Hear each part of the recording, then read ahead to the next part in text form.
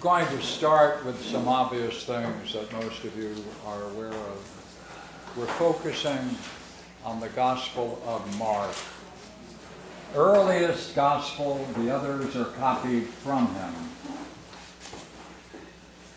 Right? Matthew copies 90% of Mark. Matthew copies about 62 or so percent. And John takes off on his own with some correspondence, not much. So the similarity between these three is called synoptic, or they see about the same things. They should see about the same things if one is copying from the other. Right? So Mark is primary, the others copy from him. Now, a chap by the name of Hengel, and I have the article here if some of you would like to see it later. He says, you know what, you can take a look at the Gospel of Mark, and he makes these divisions. Now, I think if you look, you could add a little more precision to a couple of the numbers, and I'm not going to do anything about that. These Are those chapter and verse? These are Hengel's. These are chapter verses. And Hengel says, you know what you can do? You can do something rather curious. He said, after all, he said, you know, the basic drive among the Hellenics is marked by one feature, the role of tragedy in Greek culture. Wherever they went, right, they always created amphitheaters, gymnasiums, and pool halls. No. And so they needed these amphitheaters to show the tragedies again and again and again. Why? That's a real interesting puzzle. But Hengel reflects back and he says, Galilee and Decapolis, these places are all Greek settlements where Jesus did nearly all of his work for the first half of the gospel. And then he went to Judea. He said, you know what you can do? You can take Aristotle's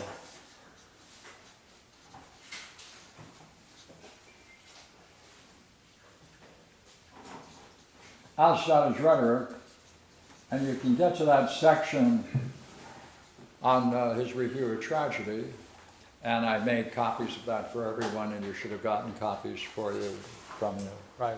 I presume it came in the email. And what Hengel does is he says, you know what you can do? You can take Aristotle's analysis of the 6 parts, right? This is the epilogue, this is the introduction, right? You can call them 6 parts, or you can include it 7 by taking the epilogue. Either way. He said, you know what's interesting? He said, you can take Aristotle's rhetoric and the principles that he establishes to see the divisions in the Gospel of Mark, and here they are. That is to say, he argues, the similarity in structure and drama. It's not just making cuts and divisions, but the very drama of a tragedy is picked up in each one of these.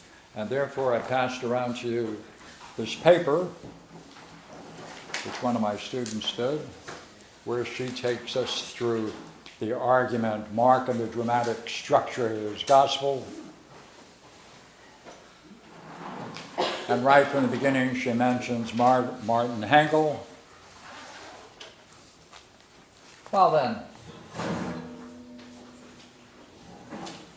see, people say, why does the Gospel of Mark have such a dramatic feel? Well, it's very nice that it has it. It seems to mirror the very structure of a dramatic tragedy. Okay, but look at it.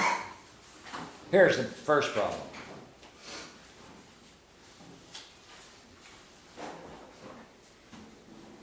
The Gospel of Mark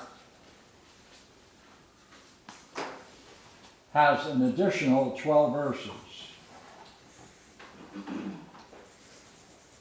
The difficulty is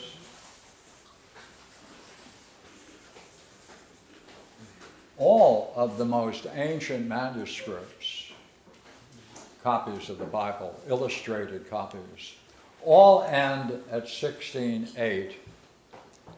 That's at the tomb. Therefore, the four great copies of the Bible, which they have discovered, that are dated approximately 350 AD, all of them stop 16:8. That is to say, there's no resurrection story in the Gospel of Mark for the first 350 or 400 years. Why is that important for us? Well, then it ends as a tragedy. I mean, you can't have a tragedy if someone goes up to heaven and then comes down and talks and camaraderie with his friends. So if you take that out, which is what we're doing, now it's a tragedy. What's a tragedy? Tragedy means, in principle, just one thing. The hero, Jesus in this case, or Sophocles as Oedipus, there's something in their past that's going on that they ignore, that they should have stopped, should have dealt with. Ignoring the obvious that has dire consequences on your future, ignoring it and allowing the consequences, the implications of what you have ignored play itself out, that's tragedy. What's nice about tragedy is that's everyone, right? All of our problems, right? We ignore something in our past at our peril, and it plays out its consequences, and then we have to face them, and how well we face them shows whether or not we're truly human or not. So look here. If this is going to be a tragedy, we have to ask if this fits Jesus and the Gospel of Mark, what is it that he's ignoring that plays itself out to a terrible conclusion that could have been avoided? But you see, that raises another question. What does it mean? Like, why is Mark doing this? Because one thing is clear in the New Testament. There's the volume at approximately 75 to 80 AD. Depending upon who you read, they date it this way or that. Matthew comes along and looks at it and says, wait a minute, I'm going to add more details about the resurrection. I'm going to change several things that are going on, because while he takes 90% of Mark, subtly, carefully, he changes a whole bunch of words again and again and again, so that he can have his vision, and it is no longer a tragedy. Now look,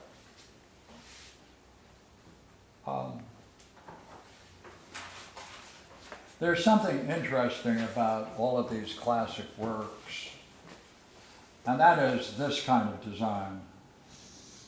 Extremes, right? Middle point.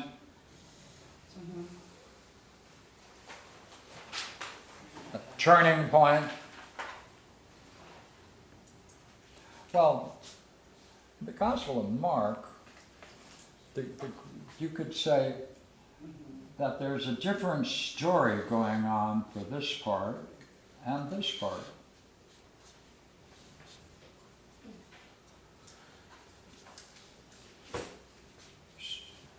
Teaching, miracles, confronting, having a splendid time, some modest danger, but then after the midpoint, danger increases, right? Danger increases.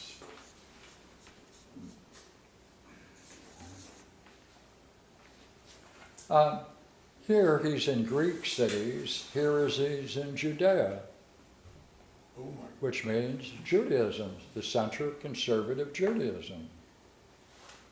Well, what got him to go? Why did he leave the Greek colonies? Well, we don't have to deal with that, thank goodness, now.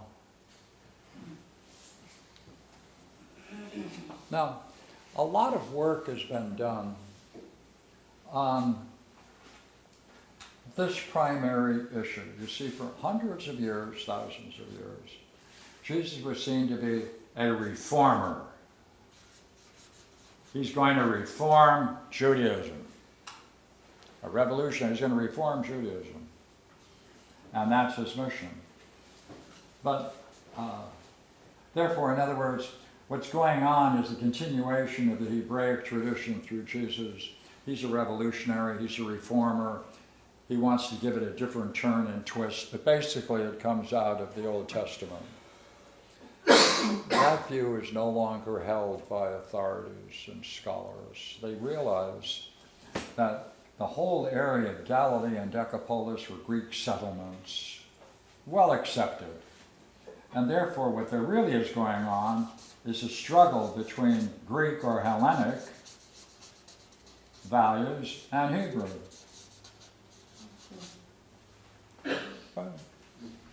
That's what's going on. Well, we can certainly see from what we've said that there is a Greek influence. Now, since World War II, a good number of scholars have been talking about one thing. In what tradition is this man Jesus? And how can you establish the tradition? And they do it two ways. They say, see how he functions,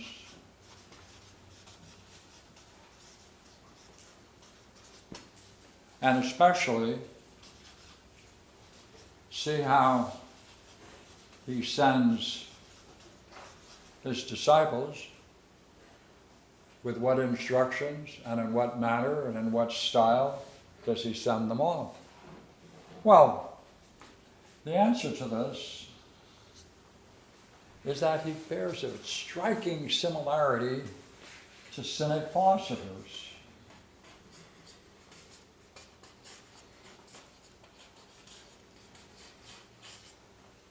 Now, we have a real problem. This word cynic is misused, as you know. It comes out of the idea that a lot of people at that time called these philosophers dogs, and that's the word cynic in Greek, right? Now, the question is going to, let me put it forward to you. According to a very fine book which we use at Golden West College,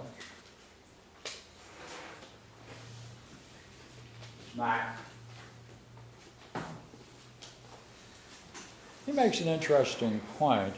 He goes over this issue of the Hellenic influence. But he says, you know, I'm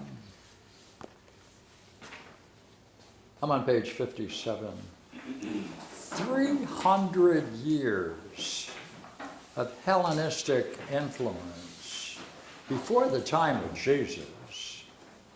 This is a especially important factor.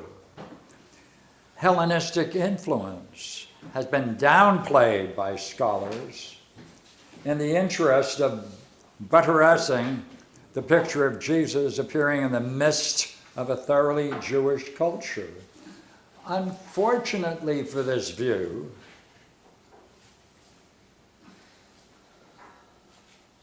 archaeological evidence of Hellenization in Galilee continues to increase. Since language is a basic index of cultural influence, it's significant that the southern Galilee was largely Greek-speaking in the first century, though of course bilingual. Although the Ptolemies and the Seleucids had not colonized Galilee by founding a city in the middle of the region, Galilee was literally surrounded by cities on the Hellenistic model. One of them, Scythopolis, was on the southern border of Galilee, and another, Gadara, was just across Jordan, a day's walk from Nazareth. Hey, all these cities were proud of their Hellenistic institutions, theaters, sporting arenas, gymnasiums, schools. Gadara produced famous philosophers and poets of the Cynic school. And he gives a whole bunch of them. Right. Tiberias, built by Herod Antipas on the shore of the Sea of Galilee in 19 CE, was founded on the Hellenistic model.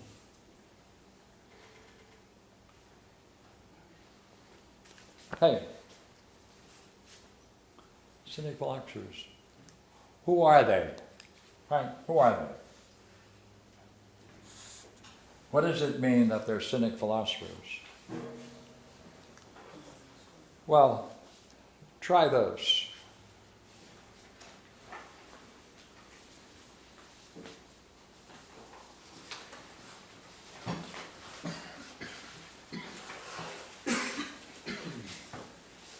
After Socrates, after his death, there were a school of philosophers, people that followed his style and mode of life, and they were called Socratics.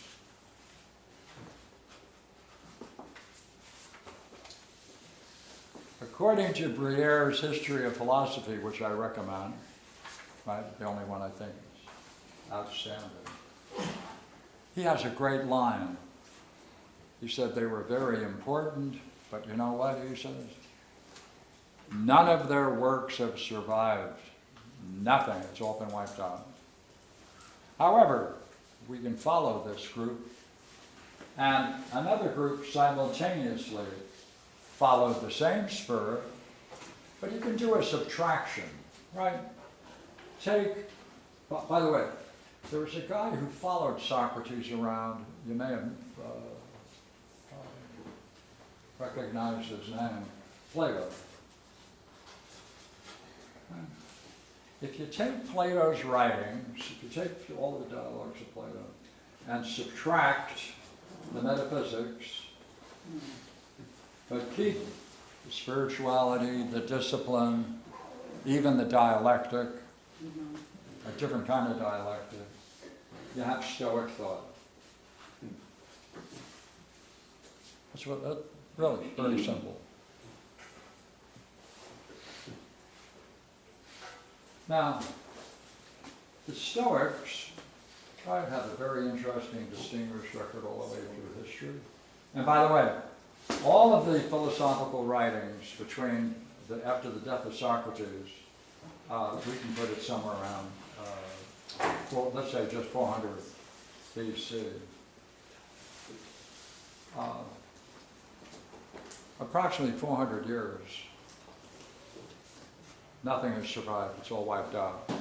All philosophy, gone.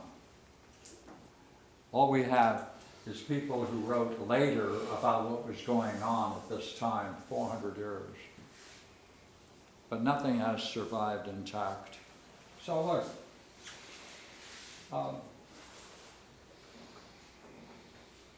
now the people who are Socratics then, they had self-discipline. They confronted, just like Socrates. If you take all the qualities of Socrates, confronting the rich and the powerful,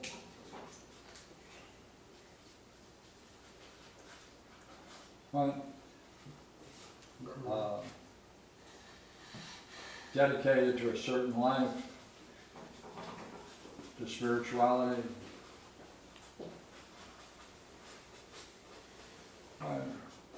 Shunning, ignoring public office.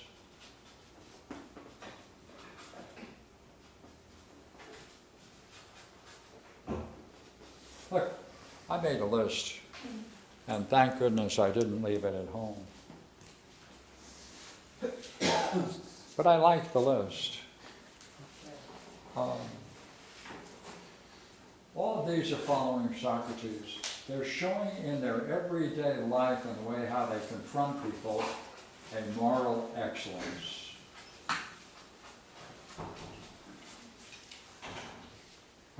They're totally independent. And therefore, they're very poor. And they stay that way. Their lifestyle is amazing, right? But the mark of it is freedom. They are free spirits. And they believe suffering. Hey, suffering is the result of having false beliefs about yourself.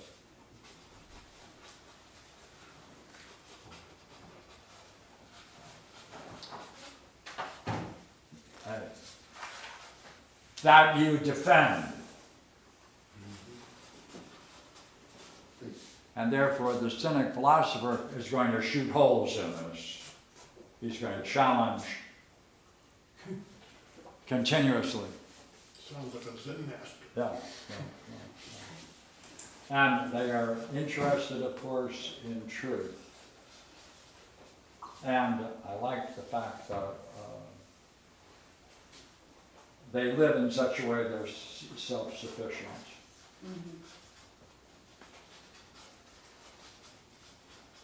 I like the 10th.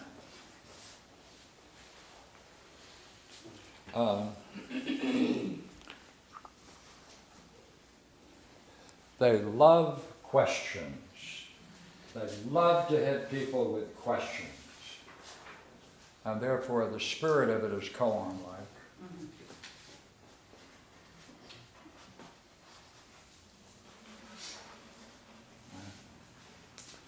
So if they see someone who's acting in opposition to them, they go up and they take them on and they challenge them with some koan-like statement. Right? Now, everything I wrote here captures completely the cynic philosophers.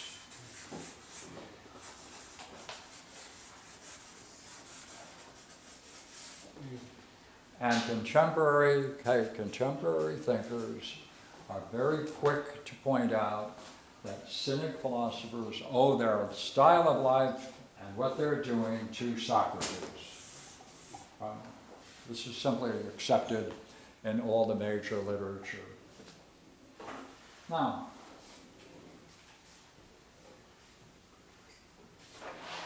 this is rather curious to see because we do not agree. If we can go through the Gospel of Mark, all we need to do is see whether there's a check-off list.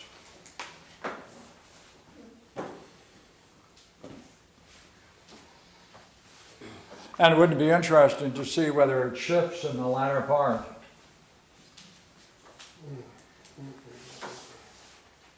And then we'd want to know how come the shift, wouldn't we, being curious as we are? Yeah.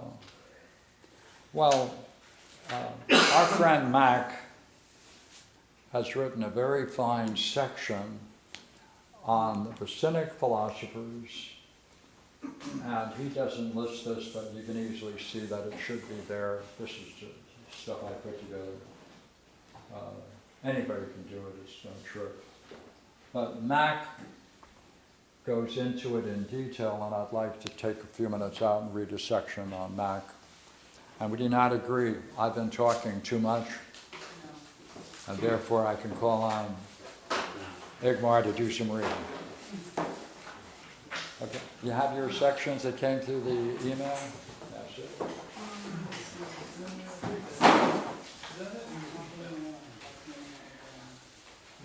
I should apologize. These marks, by the way, come out of my book.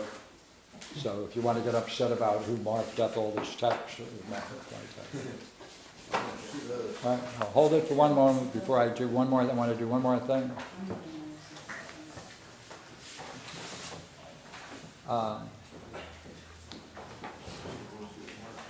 All of this work has been generated really out of the discovery of the Nag Hammadi texts.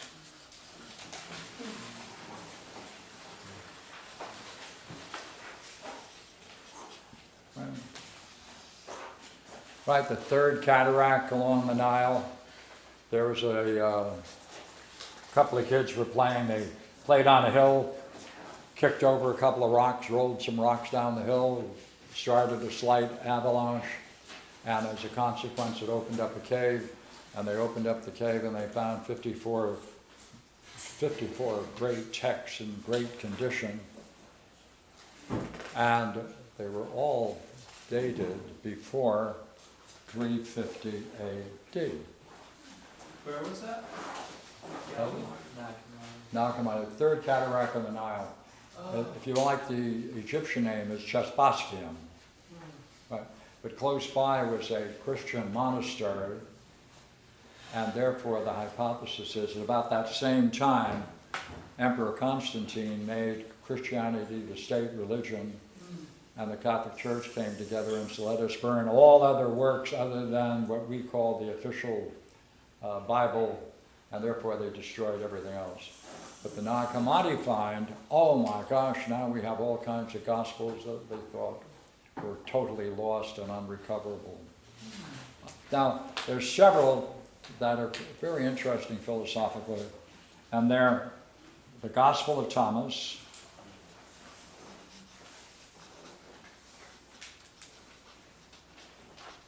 the text of Thomas, or the reading of Thomas, and there are quite a few interesting translations. And I like the Meyer, and he has some very nice comments in the beginning of his work. And he took 4 of these Gospels. He calls them Gnostic, okay?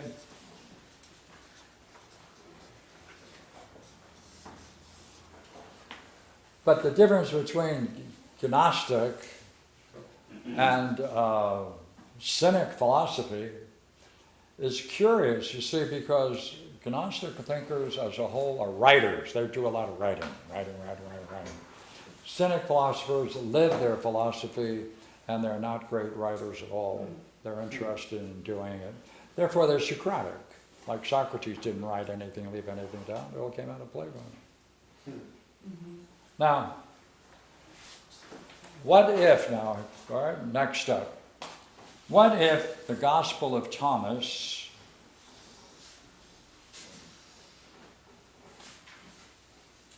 and it's very short, there are only about 60 verses in it. Suppose we can see very clearly that it is Cynic philosophy.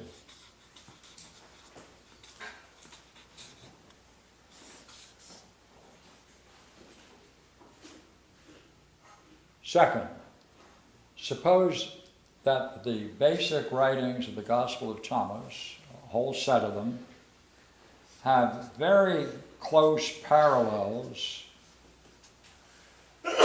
to the material in Matthew, the Gospel of Matthew, and Luke, and can be compared to Mark positively, right, in a different way. Hey, if that's so, you know what that means? That means, you see, look here. Here's Mark, and he's got 677 verses in his gospel, Matthew looks at him and he says, oh, I'll take 90% of your stuff. I'll change it here or there. And then that will be my own. Now, Luke comes along later, another 10 years, and he looks at Matthew and he looks at Mark, and he takes 62% and makes his own.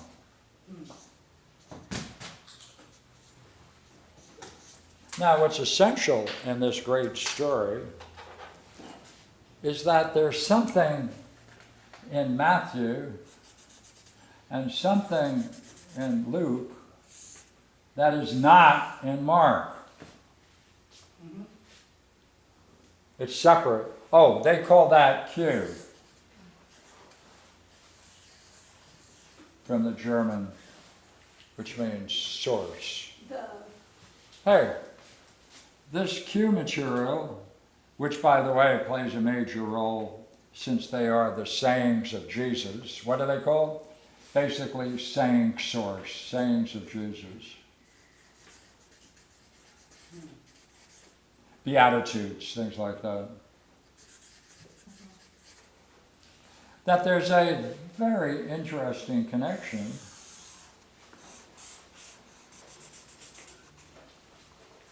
between the sayings of Jesus called Q and the Gospel of Thomas.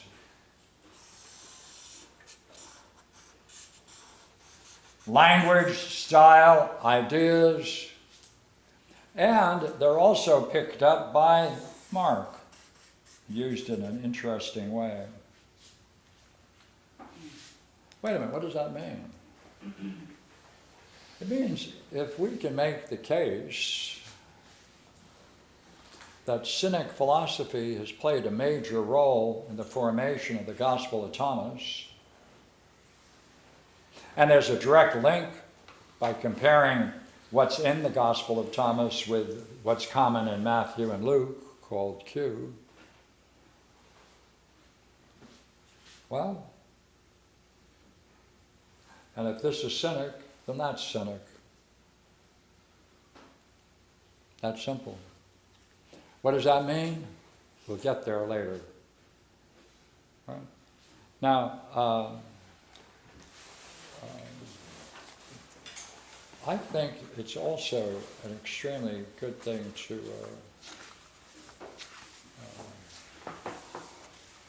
start out by... Oh, by the way, Thomas is said to be the twin of Jesus.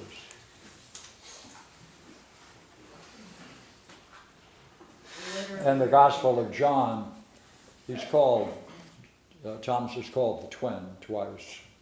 But in any case, literally or figuratively?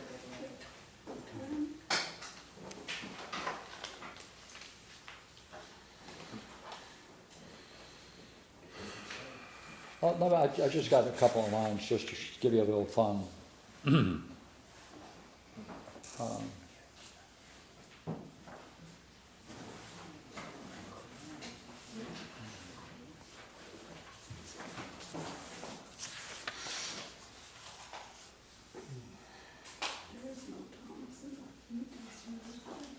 His disciples, the disciples said to Jesus, tell us about the end.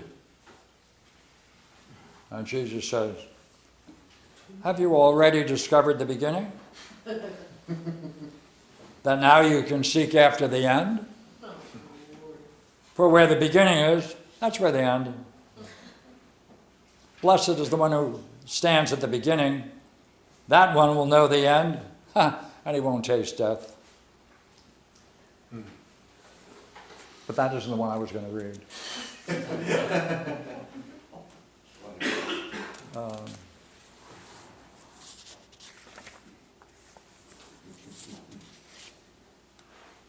That was a good one. So we haven't started yet? Okay. There goes the apocalypse, right? Tell us about the end.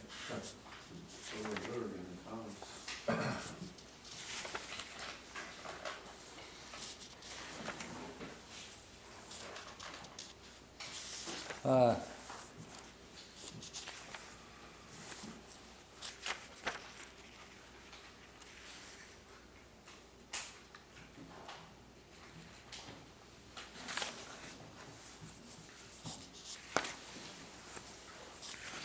Well, okay.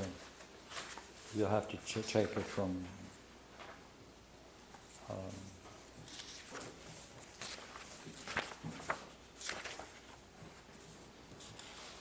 Oh, right here.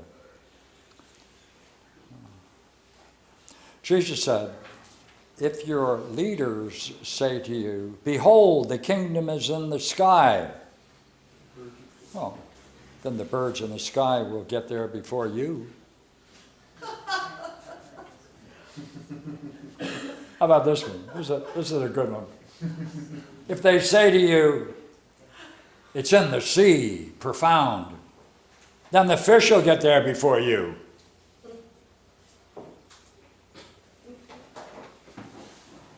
Right? That's the kind of fun. Okay. Are you going to fish heaven? Yeah. So if I can then get where was it? Yeah.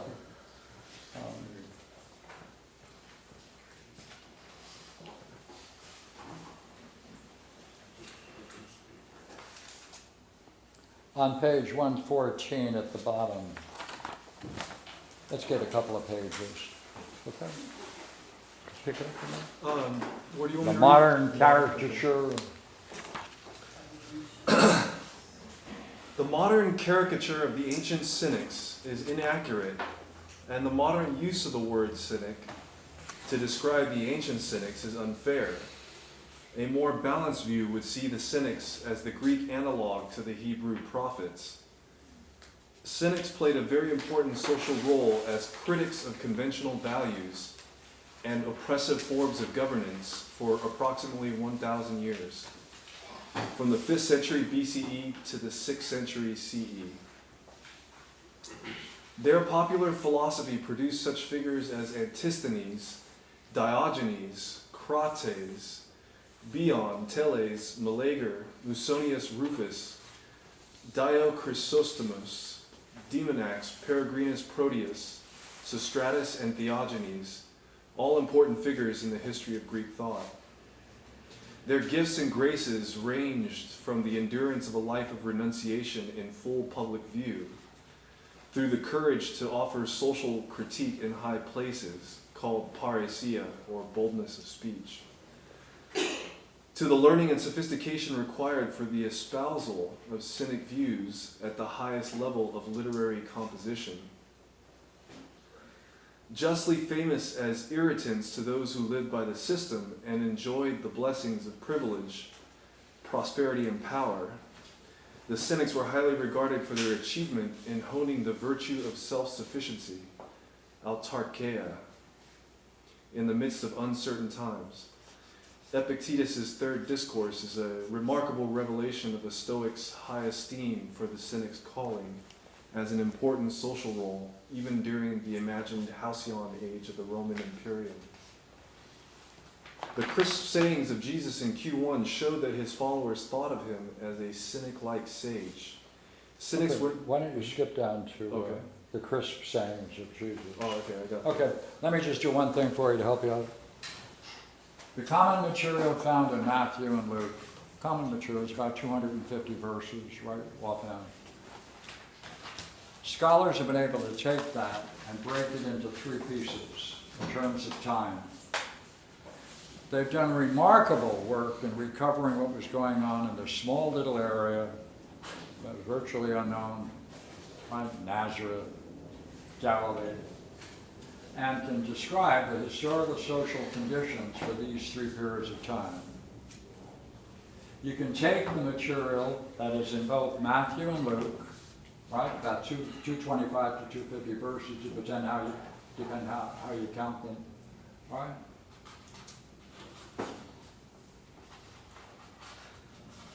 And these again are called the sayings source, sayings of Jesus.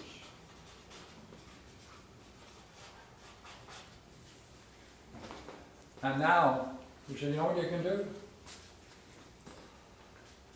you can line them up in the divisions of Mark. Like he's talking about the life of Jesus, but in doing it, you can line up the material corresponding to this, and you know what? This work we're in, that we're going to get into, Gospel of Thomas, is dated approximately 50 AD.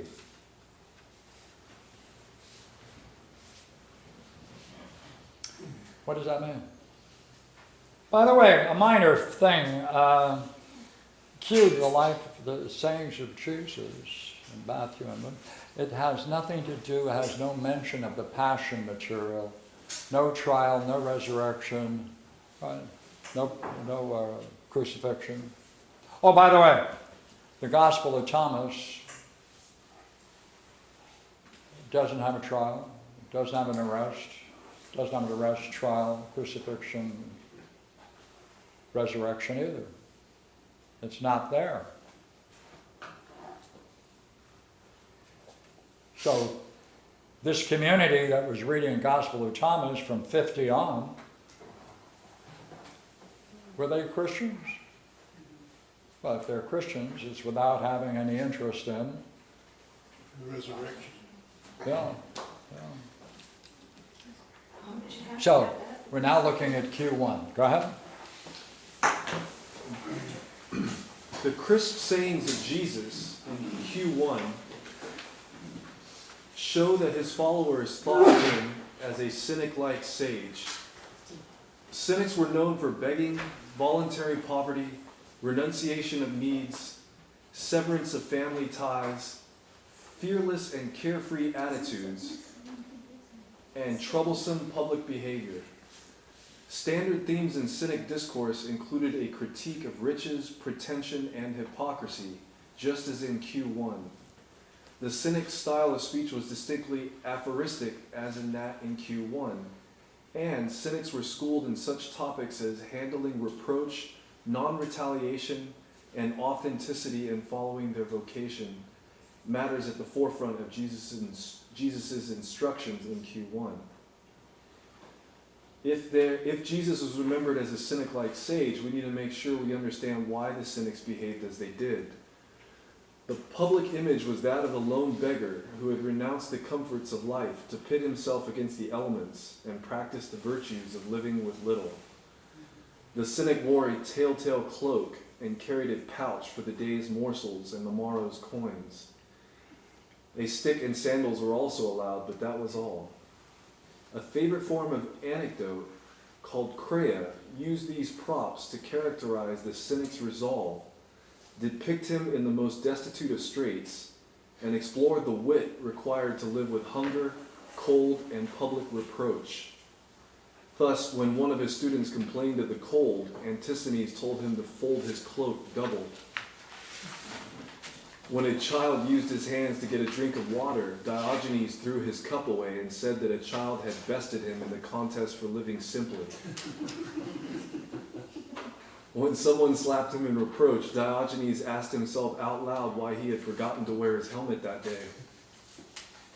We have hundreds of anecdotes that follow this form. The ancient Greeks got their point and delighted in their cleverness. These popular philosophers of a natural way of life did not wander off to suffer in silence. Their props were a setup for a little game of gotcha with the citizens of the town. Those who dared to give the cynic any attention at all usually found themselves in contradiction. It mattered little whether a bystander or a passerby was generous or abusive. A scurrilous remark could be turned to advantage by exposing the underlying cultural taboo as ridiculous. An offer to help would also receive a put down by triggering some remark about those who have and those who do not. Either way, the cynic's purpose was to point out the disparities sustained by the social system and refuse to let the system put him in his place. According to one story, bystanders had commended a person for giving Diogenes a handout, whereupon he said, "Have you no praise for the one who is worthy to receive such a gift?" Thus, the marketplace was the cynic's platform, the place to display a living example of freedom from social and cultural constraints, and a place from which to address townspeople about the current state of affairs. As might be expected, the cynic was a favorite target for ridicule. That, of course, was just what the cynic wanted. Public performance and close encounter with the bare-faced straits was exactly what the cynic vocation called for. The cynic response often seemed harsh and aggressive, but to make his point, there was always a touch of humor as well. The challenge for a cynic was to see the humor in a situation and quickly turn it to advantage. A large number of cynic anecdotes feature this ability. Some examples are the following stories about Diogenes of Sinope, recorded by Diogenes Laertius in his Lives of Eminent Philosophers. When told that people were laughing at him, Diogenes said, "But I am not laughed down." When asked why he was begging from a statue, he said to get practice in being refused. When asked what kind of wine he preferred, he replied, "The kind another pays for."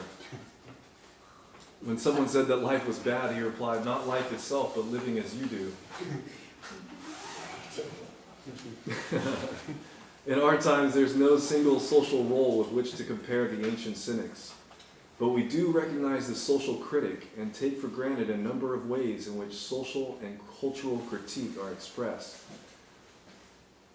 These compare nicely with various aspects of the cynic's profession. For example, we are accustomed to the social critique of political cartoonists, stand-up comedians, and especially of satire in the genre of the cabaret. All of these use humor to make their point.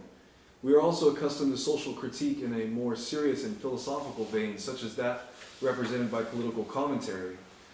And there is precedent for taking up an alternative lifestyle as social protest, from the utopian movement of the 19th century to the counterculture movement of the 1960s, to the environmentalist protests of the 1980s and 1990s.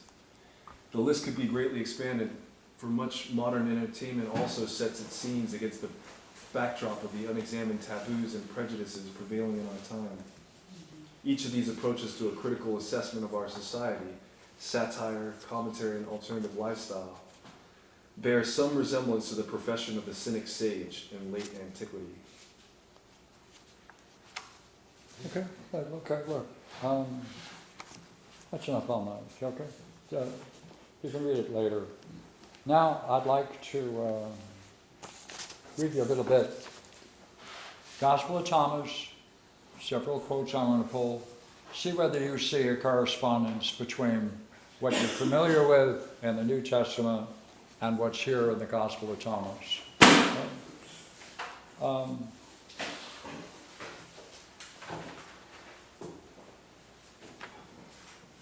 Now, one of the big things in the Mark, by the way, we have to make clear, is this idea, kingdom of God.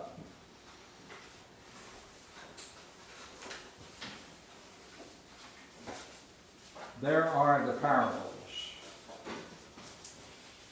In chapter 4, Mark is very clear that the only way you can get in there, the kingdom of God, is by understanding the parables. That's the doorway into here. Oh, This, therefore, is not at the end of the world. It's a state of mind to be developed as a consequence of cracking the parables. Koans? Koans? Yeah. That's what they are. You walk around and you're trying to figure them out. They have an interesting twist, though. The parables have maybe pure, a certain esoteric tradition is in there. Where, see, koans, you take a koan and you finally break through. But with parables, according to Jesus, you should be told the secret. One of the key terms in it is going to be unique, and you could never guess what it is. So there's an in-group, out-group based on the extra Right, key secret. Right. So the teacher, Jesus, becomes very important to his group, so he fills them in on the key meaning of the words. But with that key, they still have to do Yes. koan type Yes, work that's right. to get the Yeah, full. yeah.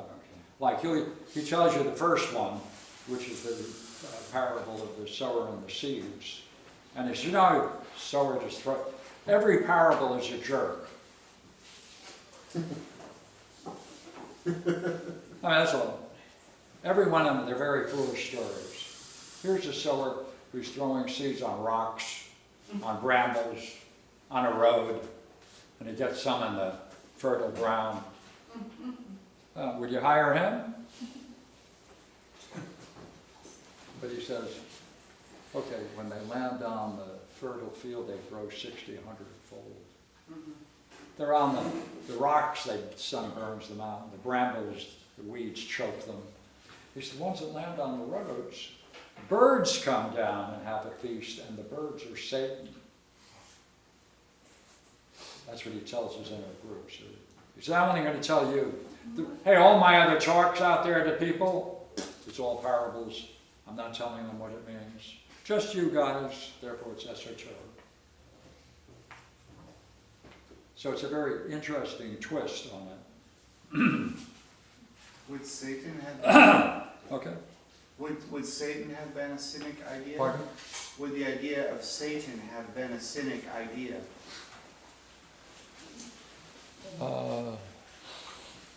I don't see it anywhere in the Cynic thought.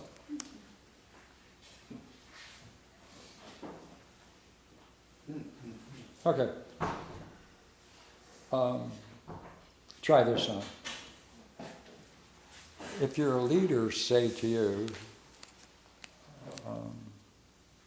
okay, rather, the kingdom is inside you and outside you. When you know yourself, then you will be known and will understand that you're children of the living Father. All right? Know that.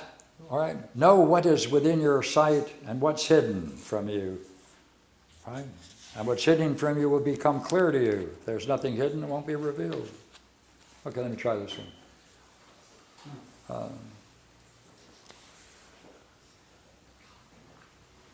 They give the sower and the seed without the secret notion that the birds are Satan.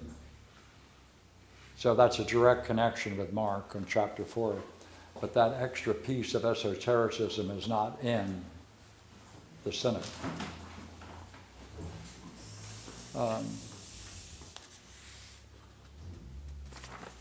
Okay.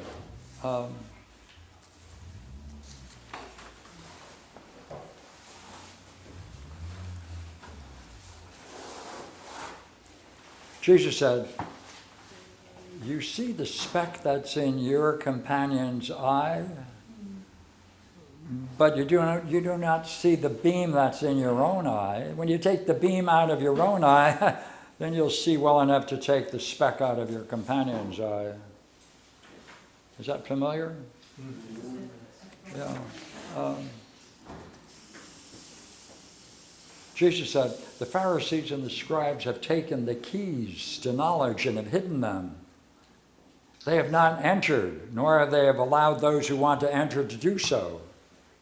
As for you, be as clever as snakes and as innocent as doves.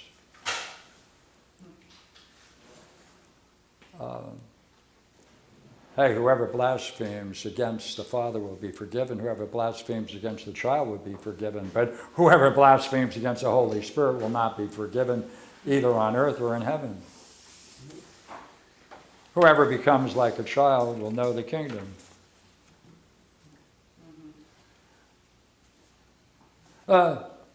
This is a side one now, all right?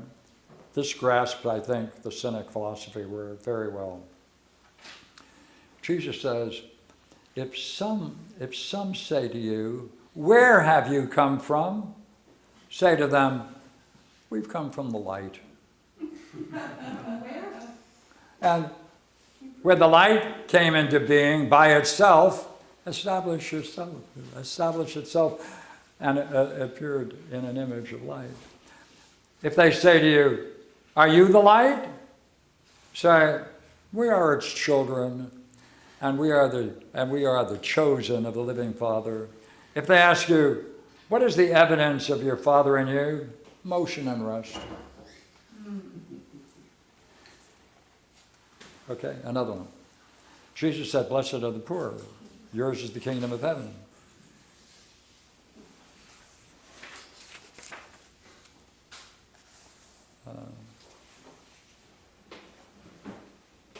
Whoever has ears ought to listen. Blessed are you when you're hated and persecuted, and no one will discover the place where you've been persecuted. Jesus said, blessed are those who have been persecuted in their hearts, they truly know the Father.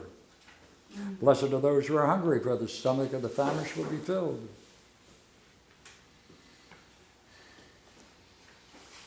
Jesus said, have you come out to the countryside to see grass blown by the wind? And to see a person dressed in rich clothing like the rulers? They're dressed in rich clothing, but they can't understand truth.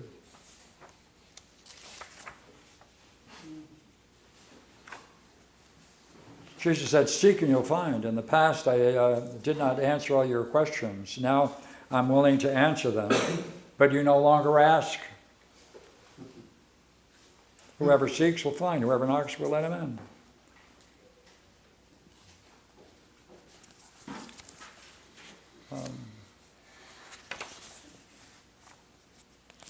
I have one that I think is really Platonic, so let me shift gears and read it to you because I like this one. 61. Salome said, who are you, sir? You sat on my couch and ate from my table, as if you're somebody. And Jesus said to her, I am from the one who is whole. I was granted my Father's estate, Salome said. I am your disciple, Jesus said. For this reason, I say, one who is whole will be filled with light, but who is fragmented, filled with darkness. Well, by the way, this stuff was going on, right, 25 years before the Gospel of Mark. Does it appear to you to be any similarity?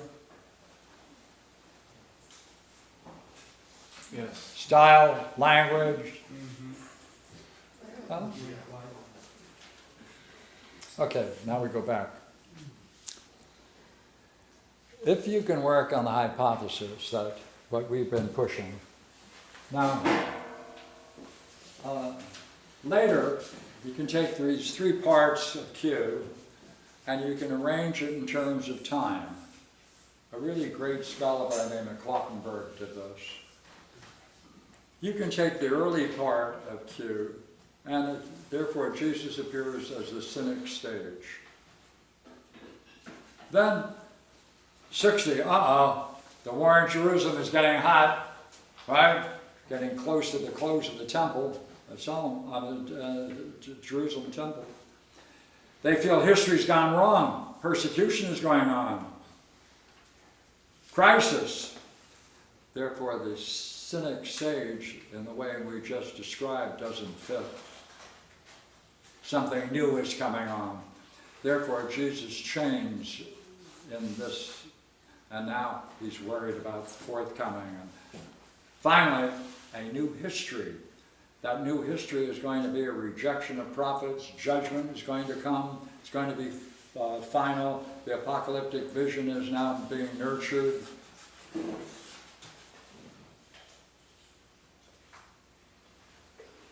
And the future vision. So look, let me try this.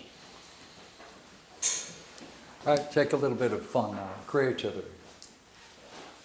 I'm going to start with one premise, which is dear to my heart. I've lived it enough to know it.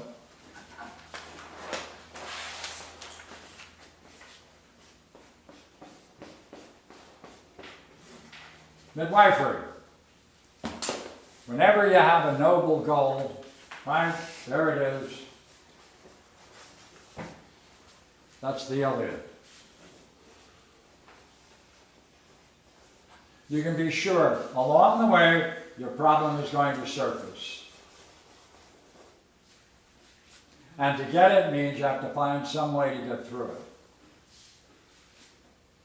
There's the other side, which is the Odyssey. Going home, bringing it safely home. Because we also talk about this as the counterattack.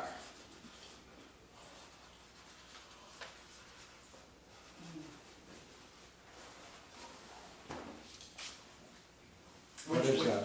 Sorry, just a point of clarification, which part is the counterattack?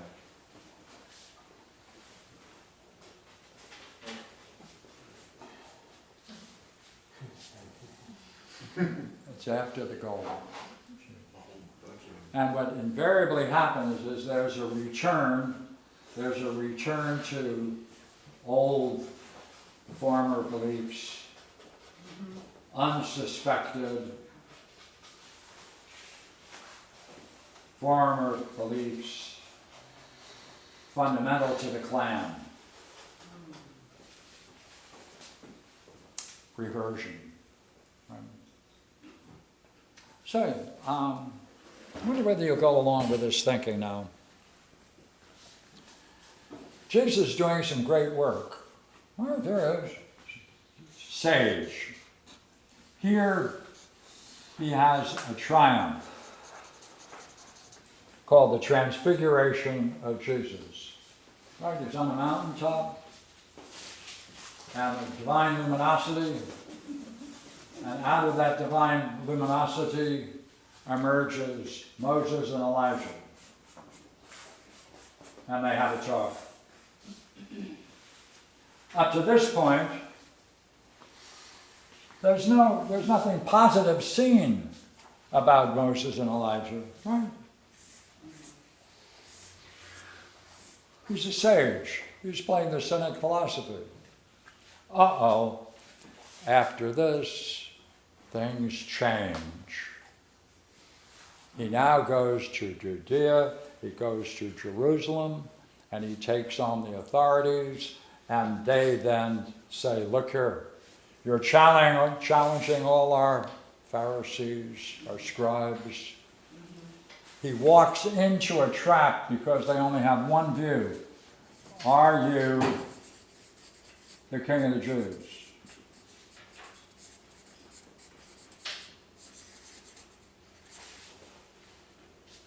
Now look here.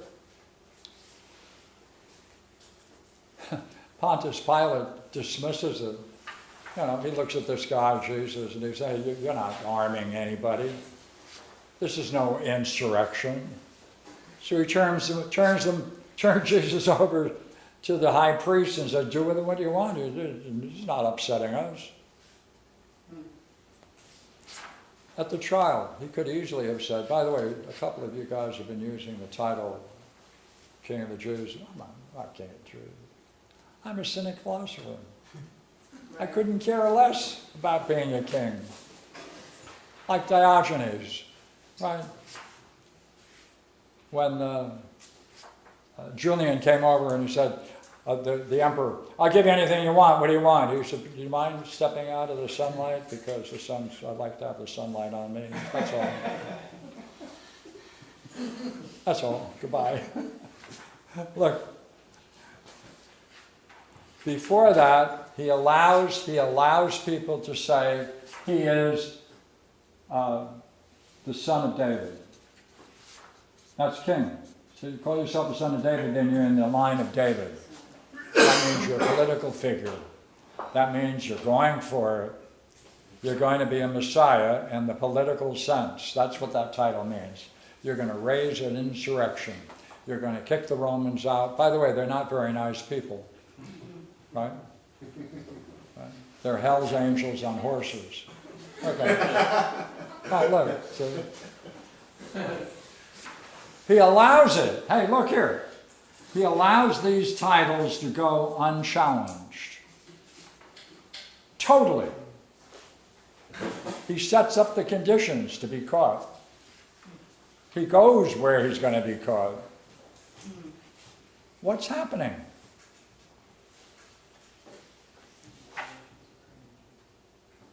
What does that mean? Look here.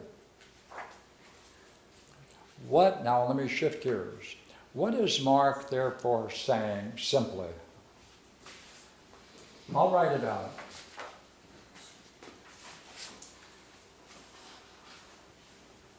Is it tragic for a sage philosopher to revert back to his old clan belief?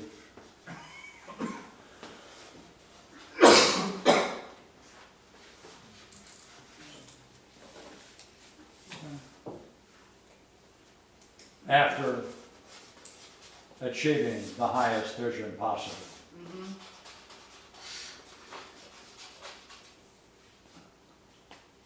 That's a tragedy.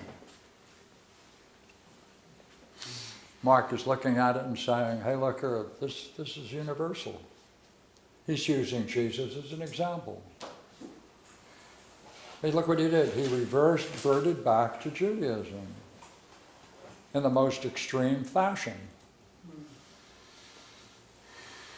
Therefore, what is it? It is a tragedy. Mark is saying, for anybody to play the game of philosophy, especially this kind of philosophy, which is very dangerous socially, takes courage to play that game. You know what? If you then achieve your highest vision, watch out for the counterattack, because whether you like it or not, it's going to come. And if you don't prepare yourself for it and recognize it, you're going to live out the disaster implicit in it. That simple. Now, we've been talking after Friday nights in the kitchen about this stuff for a while, and I just thought I'd bring it out for everybody to take a look at it and share the information and the works that have been going on, passed around by a couple of people. So I thought I'd just pull it out in general and put it on the table for you to take a look at. Thank you. Here, when you said he's reverted back to Judaism, Wait, he reverted back to Hold. Judaism. When you say he reverted back, to Judaism, what is it that he reverted back to that is Judaism? I don't understand the question. You said that he reverted back to Judaism Yeah, well, in the most extreme way. well, yeah. What is that? I think the point was to play the role of the Messiah politically. Oh. And the other is that he had a To lead an insurrection, not resurrection. And there was one, and it wiped out the cost of destruction. Back out of the whole. 1 out of 10 people in the classic age was a Jew. One of the great civilizations by Jews at that time was not Palestine. It was Alexandria. Cultural high part, more Jews were living there successfully in other areas of the Mediterranean until this destruction at 70 AD. But And that was brought about the Romans? Pardon? That was brought by the Romans? The Romans were Yeah. the... Well, I have a question about the experience.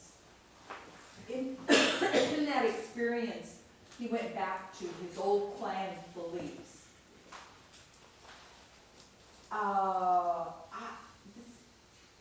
My assumption, but is there any glimmer of growth? Is there any glimmer? Is there any glimmer for hope for what? Growth in this interview? Any glimmer of hope for what? Growth. She's asking if there's any glimmer of growth. Growth. Excuse me, I thought it was hope. That was I know. helpful. Any glimmer of growth in the person, because he had the experience. I don't know. What do you think? Well, the way we're talking, he didn't. Well, what do you think? Is that a sign of growth? Well, that he achieved that. vision, it sounds Hmm, like. okay. Well, actually, I was gonna ask kind of a similar question. Well, you To- can to answer what we're- this then. Go ahead. Eugene is saying, I think you've mentioned before, if I got it correctly, that Greeks studied tragedy and even internalized it to a certain extent as a type of psychology, as a way of understanding flaws and avoiding them in their own lives, right? So, if that's the case, could one look at Mark and study it the way an ancient Greek would, looking for the flaw in the counterattack? No.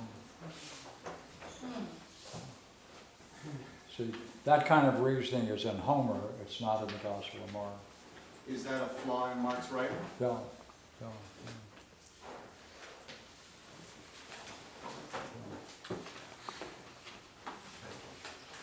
Peter, I still have my question. Louder? In my, Wait a minute, I'll meet you halfway. this is just a general question. When somebody has an experience or a vision of that, is there any implicit, or is there any implicitly, is that mean growth? You have itchy. There's some growth, or is it that Right. it is just Are you another? asking whether or not that high point in their life is growth? Yeah, I Or don't is know. it What do you just- think? or is it just? Would a a- vision like that be a sign of growth? Yes, but if they go back to, can they literally go back to their old beliefs in the same way after that vision?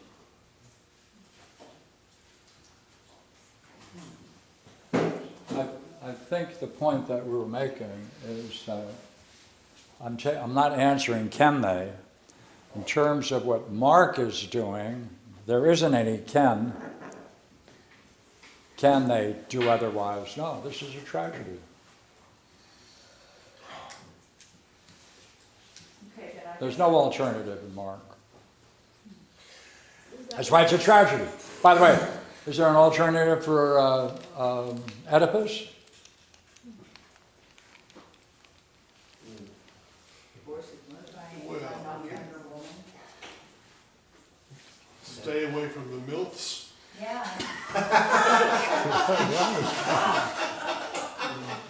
That's funny. That's right. That's good.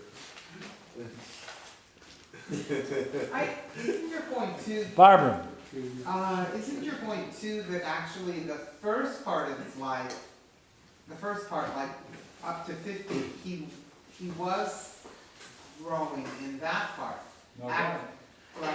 And but then he hit vision, and then reverted to a lower, back to his clan belief, back to his fundamental beliefs he had never worked through. That's right. That's not what it said though, it just. That's old what he said. beliefs. Well, he said That's clan what the beliefs, purple is that he and he added. said family beliefs and pathologos. Well, if he reverts back to them, does that mean that he doesn't, is there some, even some change in that? Or does it return completely to them? Returns in spades to them.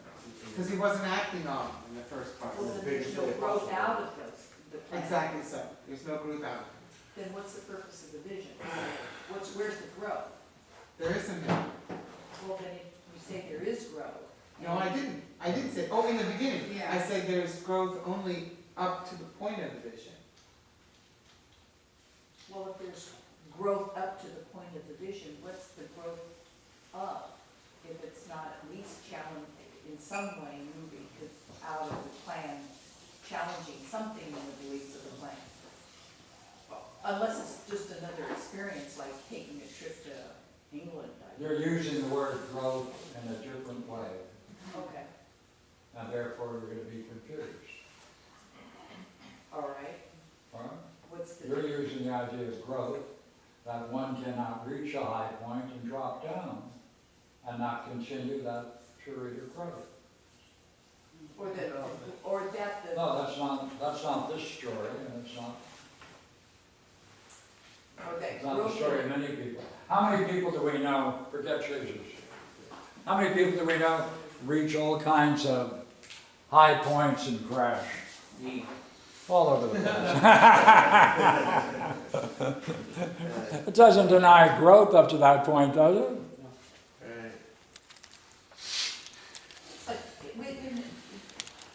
Okay. Are we, even so. Hmm? Are we going to be continuing to study? Pardon me? Do it again? Are we going to be continuing to study the Gospel of Mark on Friday nights? No, Oh, just, this is it. I just want one night. okay. I have a question. Sure. The, in this peak experience, these two Jewish figures come out and he talks to them. So right in the middle of that experience, can we say that there's two big signs that he hasn't completely broken free of his Judaic background? Because it's not like he's having this conversation with Diogenes or some other Cynic sage. Hellenic sage, he's talking to a couple of Jews. So you're raising this question, so I think that's the question you're raising. If you read the story carefully, there are two parts. All right. Illumination, divine revolution. All right. And then, out of that divine luminosity come these two people, and they end up dialoguing. Right. Or, if it's not this, it's just one. It's either A, B, or it's only B. Okay, what do you do with that then? Ask the question again. Okay, well, in the experience, it starts with A, he's transfigured, and then B happens. The two Jewish figures come out of it. So, I guess what I'm wondering is that if there's a problem in the experience itself that leads to that if he had stayed with A, Yeah. maybe he could have Yeah. gone all the way through. But B comes along, and that his peak transfiguration experience becomes Jewish in his sense. Afterwards, he's looking back on it thinking, I just had a religious experience of my Jewish tradition, not of just pure luminosity like you'd see today. Yeah. See, before this, neither of those two figures played any significant role in the teachings of Jesus. Right. I mean, Elijah's even Now it plays a positive or negative role. Right. The guy couldn't recognize Macchio when he saw it. Yeah. Yeah. Yeah. That's the problem. The But- discussion about Yeah. Elijah. It's not that Jesus thinks it's Elijah and Moses, because it says, and there appeared to them Elijah with Moses. So the them refers to Peter and James, right? It appeared to Peter and James. Therefore, Well, it doesn't mention anything about Jesus actually. Well, at the moment of the experience, it doesn't say that Jesus actually thought he was talking to Elijah or Moses. But that's just what Peter and James see. But when Peter asked Jesus, Master, is it well that we are here? Let us make three booths. everybody, 9:2:10, chapter 9, 2:10, which in this book is 153. Yeah. What's that book, just for the record?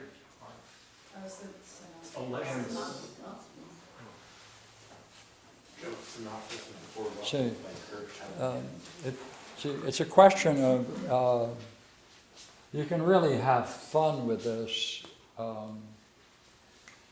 If you think that there's two stages, then you can find other distinctions in B. Let's try it, okay? Would you read it? From the A. Yes. And after 6 days, Jesus took with him Peter and James and John, and led them up a high mountain, apart by themselves. And he was transfigured before them, and his garments became glistening, intensely white, as no fuller on earth could bleach them. And there appeared to them Elijah with Moses, and they were talking to Jesus. Yeah, the question is them. Right? They appeared to them. Look, see, you can make a further distinction here depending upon how close you read, but did this vision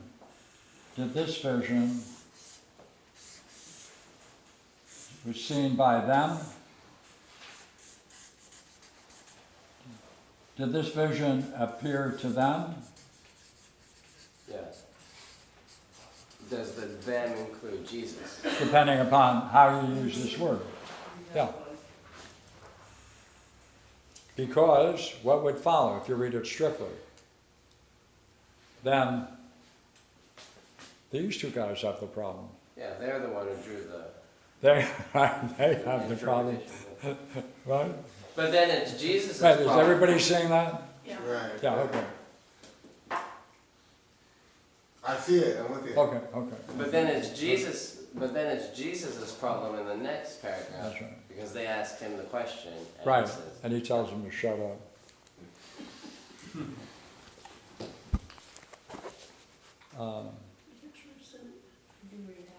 Yeah, that'd be fun to read. Here, let me read, okay? Watch the language carefully.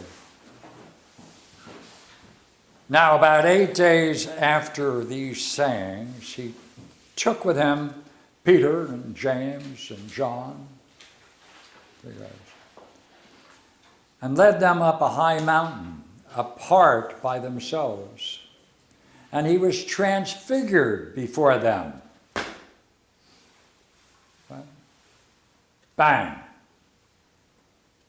And his garments became glistering, intensely white, as no fuller on earth could bleach them. And there appeared to them Elijah and Moses, who were talking to Jesus. Let me add a word to it. And then there appeared to them Elijah and Moses. Is the assumption of them in there sequential? And to whom are Moses and Elijah appearing?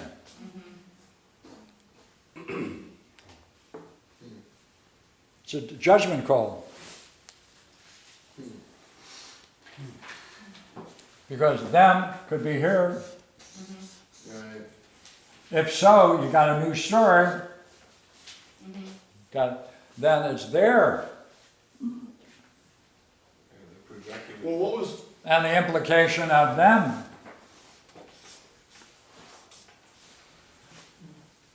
Yeah. can you get an idea of what Jesus's gateway was into his problem? What was the gateway? What drew him in? From the Bible, from Mark, could we get a picture of that? Well, if I have your question, right after that, he heads for Jerusalem. Yeah, so And he goes in as the Messiah. boy, what was so attractive? It was a trap. So Gary, by ignoring the fact that he was called the Son or the Messiah, and also the King or the Son of God, then ignoring that would be part of his blindness. That would be something that would, because he didn't challenge that in himself, then when he did have that experience, it sounds like he misinterpreted it. He misinterpreted that experience from what's been said. Yes, two levels.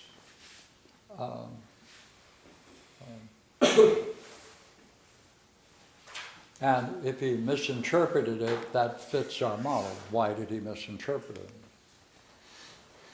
Because that misinterpretation, then he then got involved with the whole mythos of the Messiah. Yeah, of the political Messiah. Well, all my Jewish friends have done that. Pardon me? All my Jewish friends have done that. Done that, meaning what? Revert to Judaism after they've had a brilliant insight. Yeah. Yeah. The clan belief. See, hey, look here. See, hey, look here. What this is saying to you guys into philosophy? Get a breakthrough? Watch out. Well, that's why, Way back. One thing that's curious following on his question about what is the gate, it seems that Jesus heads over to Judea and Jerusalem right after this transfiguration, but also right after he converses with Elijah and Moses. So that kind of begs the question, what did they talk about? What could they have talked about? What could Jesus have spoken about with Elijah and Moses? Such that it seems like I offer in my class every year a six-pack for someone who can tell me what kind of a dialogue they must have had. And I'm willing to offer to do the same deal. We can work together. that's going to be tough. That would be great, wouldn't it? I'd have to talk to one of those three in order to find out. Yeah. Okay. Got nothing else? yeah, here, in this case, it sounds like the experience in terms of midwifery could be seen as a problem. Because it's backwards in my mind, it's like it raises him to the level of, or his highest level. And at that moment, he was being, his whole view was being challenged. about that too. If he were to have taken what it was in that experience that had, that which was being challenged. That's strange. But he didn't. I just noticed that. Tragic. If I ever was thought about that before, I forgot it. Okay. Thank you. Thank you. Thanks.